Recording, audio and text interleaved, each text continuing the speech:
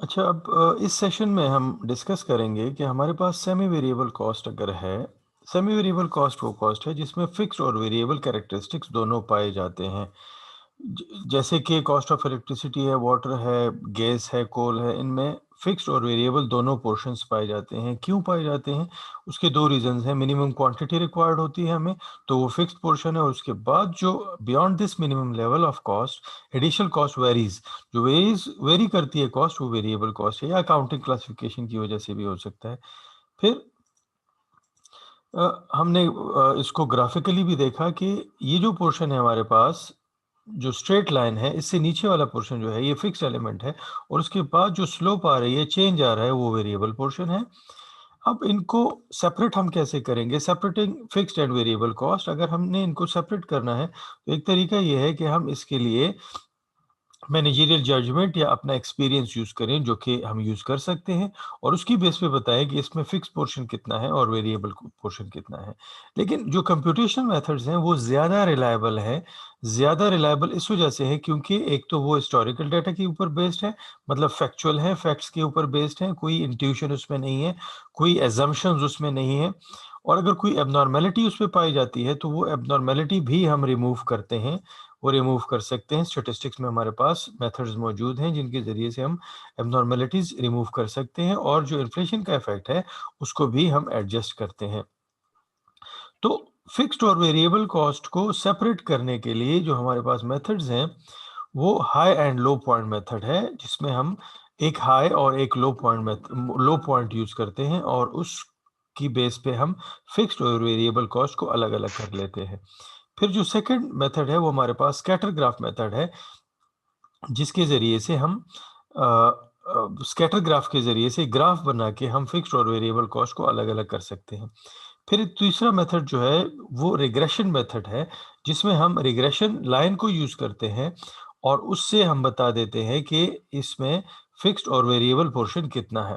तो अगर आपको रिग्रेशन इक्वेशन याद हो, स्टैटिस्टिक्स में आपने पढ़ा हो, तो हमारे पास रिग्रेशन इक्वेशन को यूँ था कि y equals C plus B X. अब ये y क्या है? ये डिपेंडेंट वेरिएबल है, और c जो है वो कांस्टेंट है, और b क्या है? b जो है वो स्लोप है, स्लोप ऑफ द लाइन है, जो कि यहाँ पे इसको हम वेरिएबल कॉस्ट कहेंगे। और जो c है, जो कांस्टेंट वैल्यू आ रही थी, c को हम कांस्टेंट कहेंगे। जैसे कि इस पिछली स्लाइड में अगर हम जाए तो इसमें अगर आप देख लें, अगर आपने स्टेटिस्टिक्स पढ़ी हो, ये वो इंटरसेप्ट है, ये वाला पॉइंट जहाँ पे इंटरसेक्ट करता है, ये जहाँ से ये लाइन स्टार्ट होती है, जहाँ पे ये फिक्स्ड वैल्यू आ रही है, इसको हम इंटरसेप्ट कहेंगे, ये कांस्टेंट वैल्यू कहेंगे। और इसके बाद ये जो लाइन स्टार्ट हो रही है, और इसका जो स्लोप बन रहा है, इसको हम बीटा कहेंगे या स्लोप ऑफ द लाइन कहेंगे। और ये एक्स वेरिएबल शो कर रहा है हॉरिजॉन्टल एक्सिस पे जो वेरिएबल है एक्टिविटी को, और जो वर्टिकल एक्सिस पे है वो हमारे पास वाई है, कॉस्ट है। तो उस तरीके से हम रिग्रेशन मेथड को भी यूज कर सकते हैं। अच्छा, जो फर्स्ट मेथड है वो है हमारे पास high and low point method. तो high and low point method में हम टू डाटा पॉइंट्स यूज करते हैं, एक highest activity and the second one is the lowest activity. जहां पे याद रखें, वॉल्यूम नहीं, एक्टिविटी, वो टाइम या वो महीना या वो हफ्ता या वो साल जहाँ पे हाईएस्ट एक्टिविटी हुई हो। एक्टिविटी हो सकती है कोई, लेबर आवर्स हो सकते हैं, मशीन यूटिलाइजेशन हो सकती है, प्रोडक्शन हो सकता है, सेल्स लेवल हो सकता है। Activity, highest activity and the lowest activity. अब यहाँ पे high and low point method को हम एक नज़र देख लेते हैं। Essentially finding the slope, slope को हम क्या कहेंगे? वेरिएबल कॉस्ट पर एक्टिविटी यूनिट। एक्टिविटी यूनिट कोई प्रोडक्शन एक यूनिट भी हो सकता है, वो मशीन आर भी हो सकता है। And then the intercept, intercept को हम फिक्स्ड कॉस्ट कहेंगे for a line going through two points. अब इसको आप देख लें कि एग्जाम्पल में हमारे पास डाटा आ रहा है जून, जुलाई, अगस्त, सितंबर और अक्टूबर का। प्रोडक्शन जो है, प्रोडक्शन में हम, ये जो प्रोडक्शन है ये एक्टिविटी है, ये क्या है? प्रोडक्शन एक्टिविटी है हमारे पास।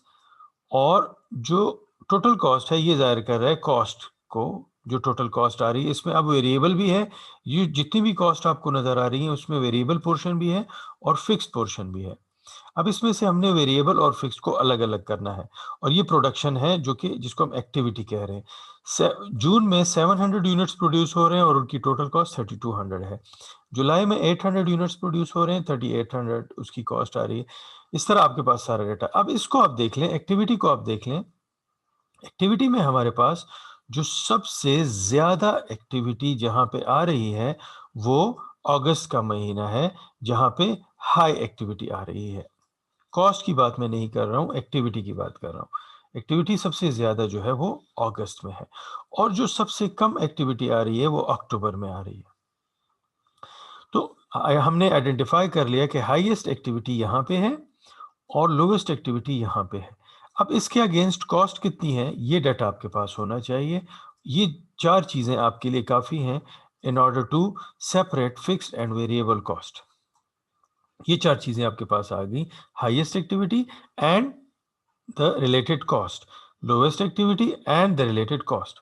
अब जब ये चार चीजें आपके पास आ गई, तो आपने रेशो लेना है difference in total cost to difference in activity.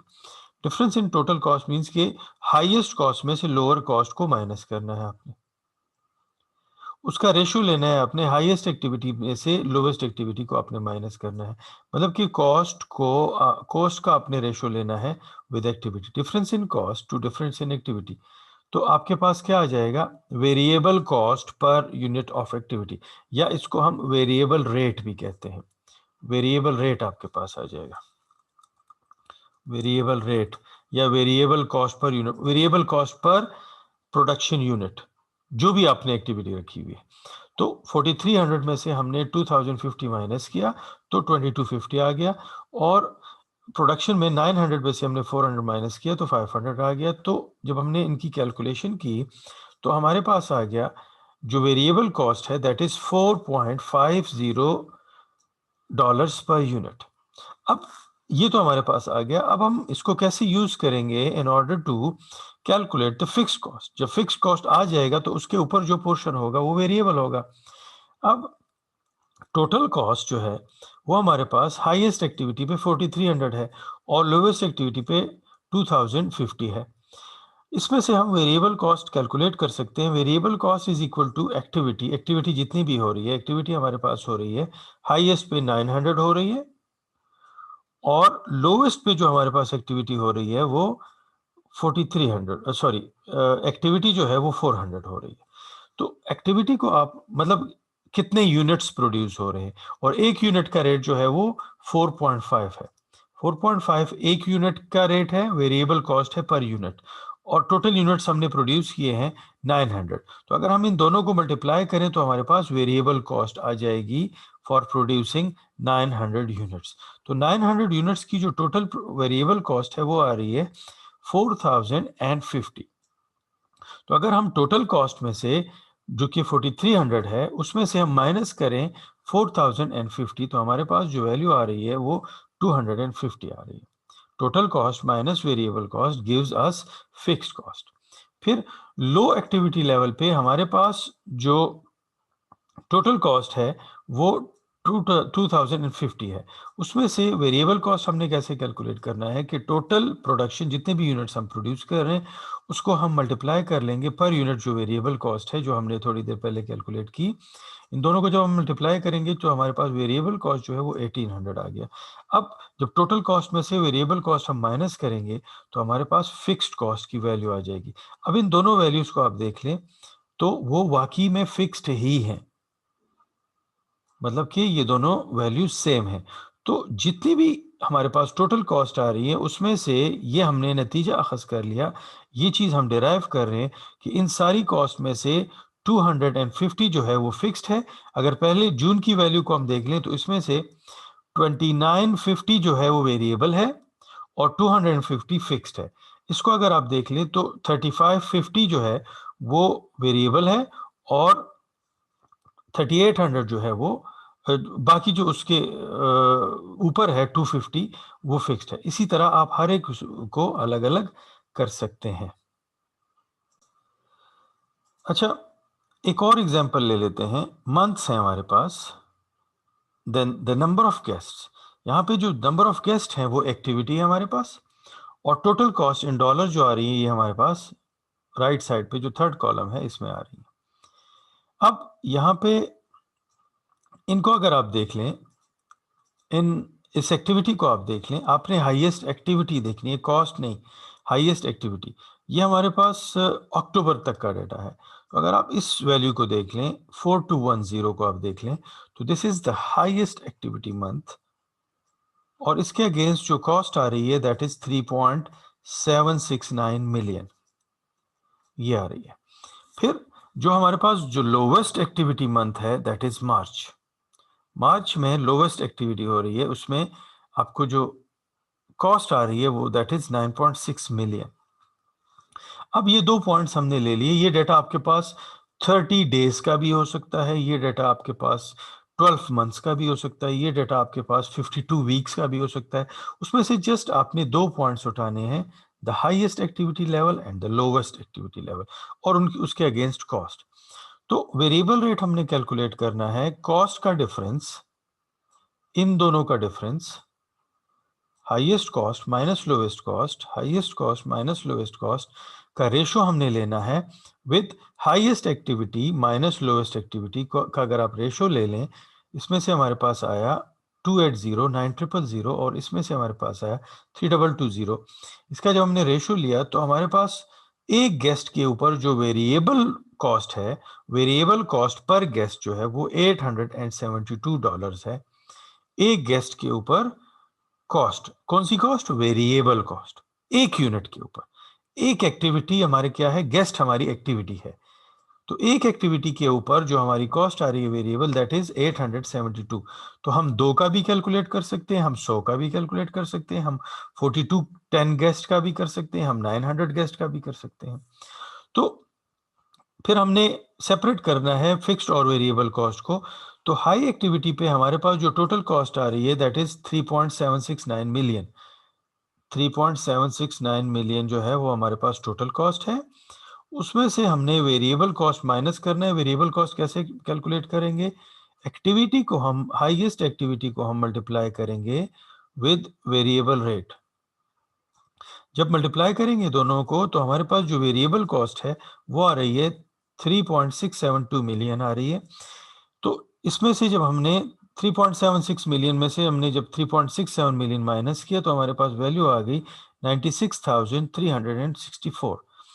इसी तरह लो एक्टिविटी लेवल पे अगर आप देखें तो हमारे पास 9.6 मिलियन जो है वो टोटल कॉस्ट आ रही है। उसमें से हम वेरिएबल कॉस्ट माइनस करेंगे, जो कि हम कैलकुलेट कर सकते हैं बाय मल्टीप्लाइंग एक्टिविटी को, अगर हम मल्टीप्लाई कर लें with variable rate which is 872.36। इसके साथ जब हमने मल्टीप्लाई किया तो हमारे पास वेरिएबल कॉस्ट आ गई 8.63 मिलियन।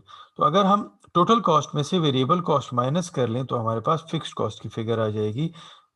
स्टिल हमारे पास फिर से आ गया कि फिक्स्ड कॉस्ट की जो वैल्यू है वो सेम आ रही है, और ये हमेशा सेम आएगी।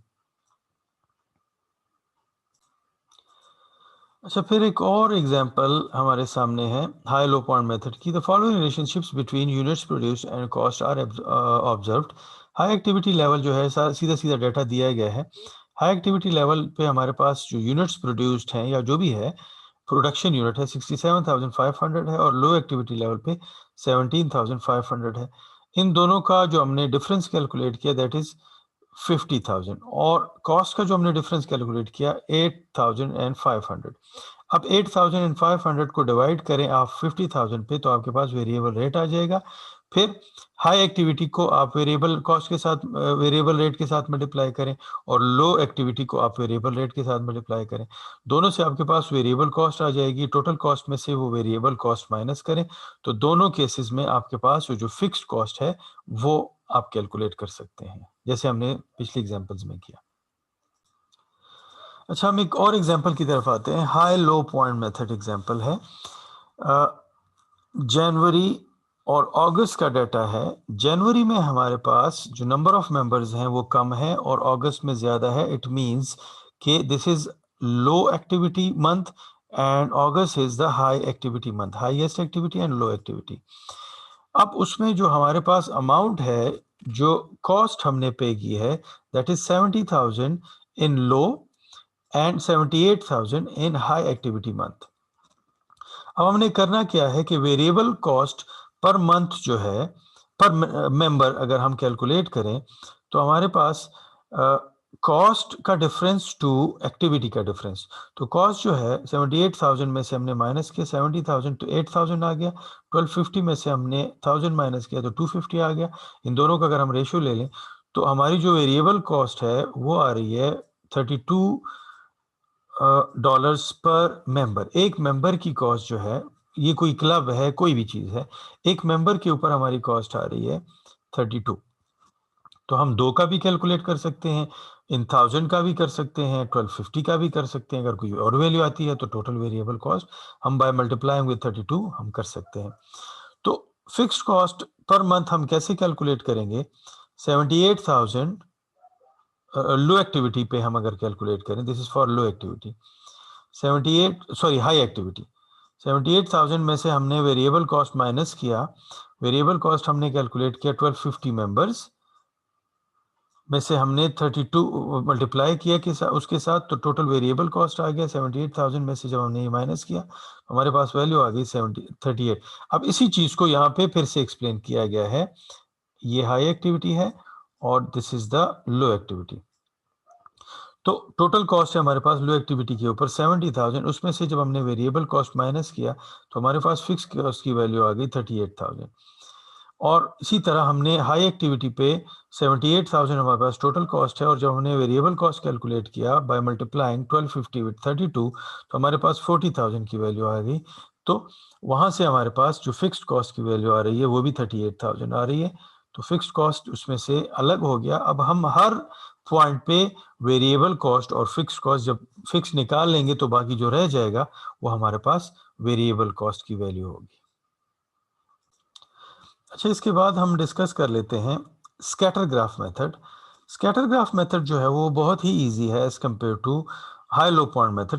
स्कैटर ग्राफ में आपने सिंपली क्या करना है कि जो आपके पास दो वेरिएबल्स हैं, एक वेरिएबल वो है जो एक्टिविटी जिसको हम कह रहे हैं, एक्टिविटी को आप ले लें हॉरिजेंटल एक्सिस पे और कॉस्ट को आप ले लें वर्टिकल एक्सिस पे, आप कॉस्ट ले लें और हॉरिजेंटल एक्सिस पे आप एक्टिविटी ले लें। अभी किसी हॉस्पिटल का डाटा है तो पेशेंट जो है, पेशेंट डेज या हैं या जो भी है वो हमने लिए हैं हॉरिजेंटल एक्सिस पे, और जो कॉस्ट है उसको हमने वर्टिकल एक्सिस पे लिया है। अब सिंपली आपने वो जो डाटा है, वो डाटा पॉइंट्स जो हैं वो आपने उठाने हैं। फर्ज कर लें यहाँ पे थाउजेंड्स में डाटा आ रहा है, तो अगर 800 पेशेंट्स हैं तो उसके ऊपर जो कॉस्ट है वो हमारे पास, इसको अगर आप देख लें ये डाटा पॉइंट आ रहा है, आई थिंक ये कोई 12,000 के करीब का ये एक पॉइंट बन गया। फिर जो दूसरा पॉइंट हमने लेना है वो हमने, जैसे वो डाटा आपको नजर आ रहा है वहां से सिंपली आपने पॉइंट्स पुट करने हैं। एक्टिविटी लेवल कितना है और उसके ऊपर कॉस्ट कितनी है। एक्टिविटी लेवल का डाटा आपने इस एक्सिस से लेना है और कॉस्ट का डाटा आपने इस एक्सिस से लेना है, इन दोनों को मिलाना है और जो भी पॉइंट वहां पे इंटरसेक्शन बन रही है वो पॉइंट आपने प्लॉट करना है, 3 4 जितने भी हैं। जैसे पिछले केस में हमारे पास जनवरी से लेके अक्टूबर तक का डाटा था, तो 10 आपके पास इस तरह के पॉइंट्स बन जाएंगे। इस मेथड में सिंपली आपने करना क्या है कि जब आपके पास वो सारे पॉइंट्स आ जाएं, 1 2 3 4 5 6 7 8 9 10, अब 10 डाटा पॉइंट्स हैं हमारे पास। अब उनका करना आपने क्या है कि सिंपली आपने उनको बीच में से एक लाइन ड्रॉ करनी है। ऐसी लाइन ड्रॉ करनी है कि आधे डाटा पॉइंट्स उसके नीचे आ जाएं और आधे डाटा पॉइंट्स उसके ऊपर आ जाएं। उन पॉइंट्स के बीच में आपने एक लाइन ड्रॉ करनी है खुद अपनी मर्जी से, और वो लाइन जो है वो आपने लेके आनी है टुवर्ड्स वर्टिकल एक्सिस। जो वर्टिकल एक्सिस पे जहां पे वो इंटरसेक्ट करती है वो लाइन, उस पॉइंट को हम कहेंगे कि ये फिक्स्ड कॉस्ट है। इसको आप आगे एक्सटेंड करें तो ये फिक्स्ड कॉस्ट आ रही है, यहाँ पे 10,000 फिक्स्ड कॉस्ट आ रही है। अब हाई लो पॉइंट मेथड से हमने कितनी फिक्स्ड कॉस्ट कैलकुलेट की है वो एक अलग इशू है, यहाँ पे हो सकता है कि वैल्यू डिफरेंट आ जाए। और हर एक इंडिविजुअल जब वो लाइन ड्रॉ करेगा तो उसकी वैल्यू भी डिफरेंट हो सकती है। ज़रूरी नहीं है कि सबकी वैल्यू सेम आ जाए। लेकिन इसमें एक इम्पॉर्टेंट चीज़ क्या है कि जब आप ये डेटा पॉइंट्स ड्रॉ करते हैं, तो आपको इसमें अगर कोई एबनॉर्मल डेटा आ रहा है, कहीं पे अगर कोई प्रॉब्लम है, जैसे कि सारा डेटा जो है वो इस तरह स्ट्रेट लाइन, सारा डेटा आपका इस तरह एक स्लोप में आना चाहिए। अगर कोई डेटा पॉइंट कहीं यहाँ पे आ रहा है, फ़र्ज़ कर लें यहाँ पे आ गया, या कोई डेटा पॉइंट कहीं यहाँ पे आ रहा है, तो इट मीन्स कि इन इन महीनों में कोई प्रॉब्लम हुई है। तो वो प्रॉब्लम्स जो है वो भी आइडेंटिफाई हो जाते हैं। स्कैटर ग्राफ मेथड का सबसे बड़ा फ़ायदा जो है वो ये है कि अगर कोई प्रॉब्लम है, कोई एबनॉर्मेलिटी है, तो वो एबनॉर्मेलिटीज़ जो है वो आप आइडेंटिफाई कर लेते हैं। बाकी ये डाटा जो है, ये तरीका जो है सबसे आसान है, सिंपल मेथड है, इसको आप यूज़ कर सकते हैं। जी, इसमें अगर कोई क्वेश्चन हो। अच्छा, जो आपकी बुक में एग्ज़ाम्पल है वो हम ले लेते हैं। अब हमारे पास आपकी बुक में बाकर कंपनी की कोई एग्जांपल है, electricity cost and labour our data है। इलेक्ट्रिसिटी कॉस्ट जो है वो हमारा कॉस्ट का डाटा है, और लेबर आवर्स जो है वो हमारी एक्टिविटी है। अब इसमें अगर हम देखें तो हमारे पास जनवरी से लेके दिसंबर तक का 12 मंथ्स का डाटा है। इसमें ये हमारी एक्टिविटी है, इसको हमने फोकस करना है। आपने कॉस्ट को फोकस नहीं करना कि कॉस्ट किस में ज्यादा है, कॉस्ट किस में कम, नहीं, एक्टिविटी को हमने फोकस करना है। अब इन वैल्यूज को अगर हम देखें तो हाईएस्ट एक्टिविटी जो हमारे पास आ रही है वो दिसंबर में आ रही है, और जो लोएस्ट एक्टिविटी आ रही है वो अ, इन 2 मंथ्स में आ रही है, लेकिन अगेंस्ट कॉस्ट सेम है, तो इन हम दोनों में से कोई भी ले सकते हैं। हमने लिया ये वाला जो कि आ रहा है, अगस्त का डाटा आ रहा है। अगस्त के ऊपर हमारे पास एक्टिविटी जो है वो सबसे कम है, और उसके अगेंस्ट जो कॉस्ट आ रही है वो 500 है। ये डाटा हमने लिया, और हाई के लिए हमने लिया 48,000 एक्टिविटी लेवल, और कॉस्ट उसके अगेंस्ट है 680। अब इसमें हमने ये दो डाटा पॉइंट्स हमने ले लिए। अब इसका हमने आगे क्या करना है कि हाई लो पॉइंट मेथड से हमने इसमें फिक्स्ड कॉस्ट और वेरिएबल कॉस्ट को अलग करना है। तो हाई के ऊपर जो हमारे पास एक्टिविटी लेवल है उसका डिफरेंस 22,000 आ रहा है, 48,000 माइनस 26,000, और जो कॉस्ट में डिफरेंस आ रहा है दैट इज 680 माइनस 500। तो कॉस्ट का डिफरेंस है 180 और एक्टिविटी का डिफरेंस है 22,000। इन दोनों का जो हमने रेशियो लिया तो हमारे पास वैल्यू आ गई 180 डिवाइडेड बाय 22,000, वैल्यू आ गई हमारे पास 0.0081। अभी हमारा वेरिएबल कॉस्ट पर यूनिट है, या वेरिएबल रेट है हमारा। इसी वेरिएबल रेट को हमने यूज करना है in order to calculate variable cost. Total cost high पे हमारे पास आ रही है 680 की, उसमें से हमने माइनस किया वेरिएबल कॉस्ट को जो कि हमने कैलकुलेट किया, 48,000 को हमने मल्टीप्लाई किया विद 48,000 को यहाँ पे हम मल्टीप्लाई कर रहे हैं विद 0.00818 जो वेरिएबल रेट है। तो हमारे पास वैल्यू आ गई 393। जब 680 में से 393 हमने माइनस किया तो वैल्यू आ गई 287। फिर हमने 500 में से वेरिएबल कॉस्ट कैलकुलेट किया बाय मल्टीप्लाइंग 26,000 विद 0.00818, तो हमारे पास 213 की वैल्यू आ गई। जब 500 में से हमने 213 माइनस किया तो हमारे पास दोनों पॉइंट्स पे फिक्स्ड कॉस्ट जो है वो 287 आ गया, जो कि कांस्टेंट है। और डायरेक्ट लेबर आवर्स जो है वो अगर हम मल्टीप्लाई करें वेरिएबल रेट के साथ तो वेरिएबल कॉस्ट हम कैलकुलेट कर सकते हैं। अब इसी को इन्हीं डाटा पॉइंट्स के ऊपर हम अगर स्कैटर ग्राफ बनाना चाहें तो ये बनेगा। इसी ग्राफ के ऊपर यही पॉइंट्स हमने लिए हैं, एक स्केल हमने डिफाइन किया है, और उसी स्केल के मुताबिक हमने लेना है, एक स्कैटर ग्राफ बनाना है। ये सारे पॉइंट्स हमने लिए।